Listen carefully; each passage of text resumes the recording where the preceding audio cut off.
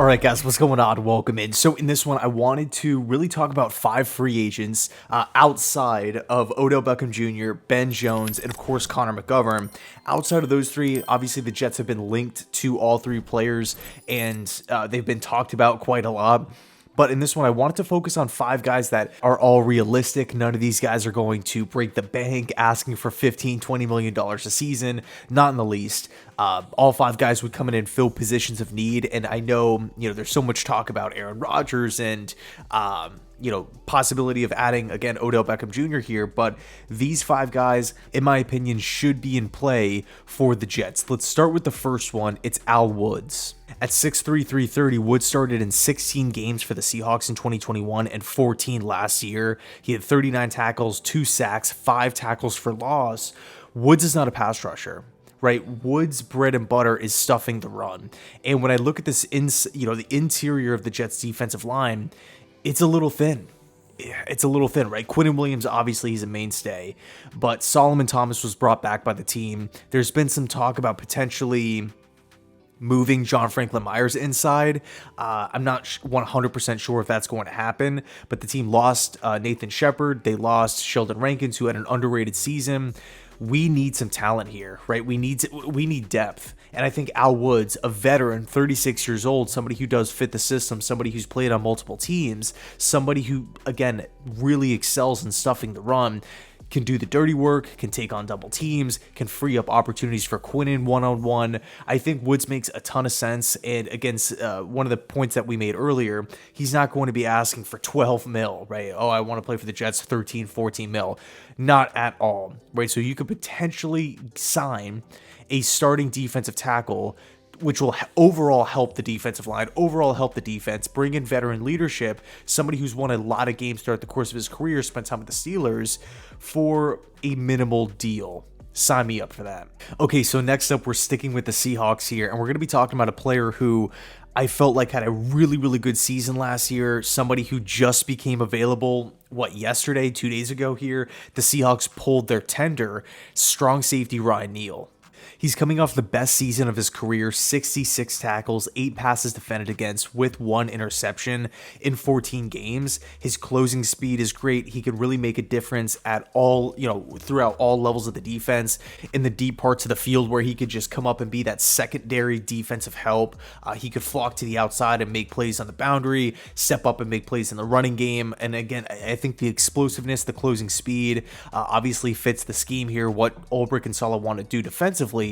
I think Ryan Neal makes a ton of sense for the Jets if they don't want to flat out hand the job to Jordan Whitehead and Clark, right? If they want to add competition, if they want to get that third safety in the building, somebody who could potentially win the job, I really think Neal's the guy, right? Neal's the guy. If you don't, and you just want to, announce that Whitehead and Clark are going to be the 2 starting safeties of the team, no competition there, then you could probably use your money elsewhere. But I think, again, from a schematic sense, from a team need perspective, from a potential upgrade, right? Some could argue that Neal, would be better than Jordan Whitehead. Although Robert Saleh did say in his most recent press conference at the owners' meetings that he is excited to see what Whitehead can do in year 2 of the system. So we'll see how it plays out. I'm a big fan of Ryan Neal. Let me know your thoughts down below. Okay, so next up, one that's just super, super obvious. Although when it comes to official news, official rumors, we haven't heard anything. In fact, it's actually looking the other way. But I want the Jets to re-sign Quan Alexander. I mean, to me, he provides great value. And gotta be frank, I'm a little annoyed that the Jets haven't, really made it a point to bring him back. As we stand right now, who knows what's going on behind the scenes, but it really seems like Quan is not going to be a Jet. That could change. He has hinted at, the fact that he might be done with the Jets, like on social media and whatnot. But man, you want to talk about value? 69 tackles, 42 of them solo last year, 6 tackles for loss, started 12 games, played in all 17. And yeah, those stats aren't elite. Nobody's saying Quan Alexander's a top 5, weak side linebacker in football. But what I am saying is when you look at those stats and you look at what he was paid, 1 year, $1.1 million. and we got that production for just over $1 million, sign me up for that. Let's get that back. Of course, it's football. It's not a guarantee that he'll just duplicate those numbers. But when I'm looking at Quan Alexander, not only was it just, production, numbers on paper, statistics, but it was also a veteran role. Like he was an awesome presence on the field and in the locker room. I'm a big fan of Quan Alexander. I would love to have him back, in this linebacker room. You can make an argument, hey, maybe they should go with Jamie and Sherwood. Maybe Hamza Najaldeen at weak side linebacker, save a little bit of money. You're going with the young guy, the guy that, the Jets, this regime drafted. That makes sense, for sure. That makes sense. But again, I would rather play it safe, not be sorry down the road if the plan is Aaron Rodgers and an AFC championship and a Super Bowl. I don't want to take risks. I don't want to cut corners. I want to shore up, all the loose ends. Bring me Quan Alexander. Okay, so shifting gears and talking about the offense for a second, I think one guy that's out there that I would like to see the Jets bring in is offensive lineman, tackle/guard Billy Turner. I think Turner's a guy who I personally would really like to see the Jets bring in here. Of course he's a veteran. Of course he fits the system. But this is somebody who gives you coverage over two positions, somebody who's started in the NFL at these two positions, right guard and right tackle, somebody who's blocked for Aaron Rodgers in Green Bay, somebody who knows Nathaniel Hackett. He was in Denver with the Broncos last season. I think it makes sense because we're looking at this Jets offensive line, yes, from like a Madden perspective, if we're just looking at names, Beckham, Brown, Max Mitchell, AVT can play some tackle if you really need him to. I think, we're looking at, we just rattled off four names, three to four names here. Like that should be okay if we're just looking at like the starting lineup. But I think for me though, I just want that extra insurance, and also factoring in, all four of those guys not only just missed time last year, all four guys missed time with serious stuff. Beckham back-to-back season-ending injuries. Vera Tucker, season-ending injury. Dwayne Brown, who's already up there in age, really battled last year and is coming off his shoulder.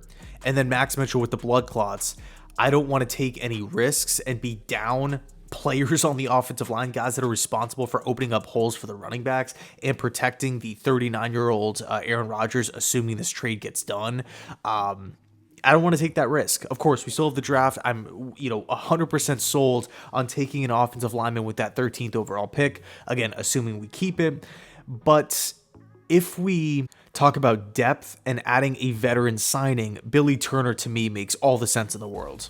And last but not least, another defensive tackle here, another Seattle Seahawk, Punam Ford. Yes, he is a bit undersized at 5'11", 311 pounds. He is 27 years old and he has started 63 games for the Seahawks in the last 4 years.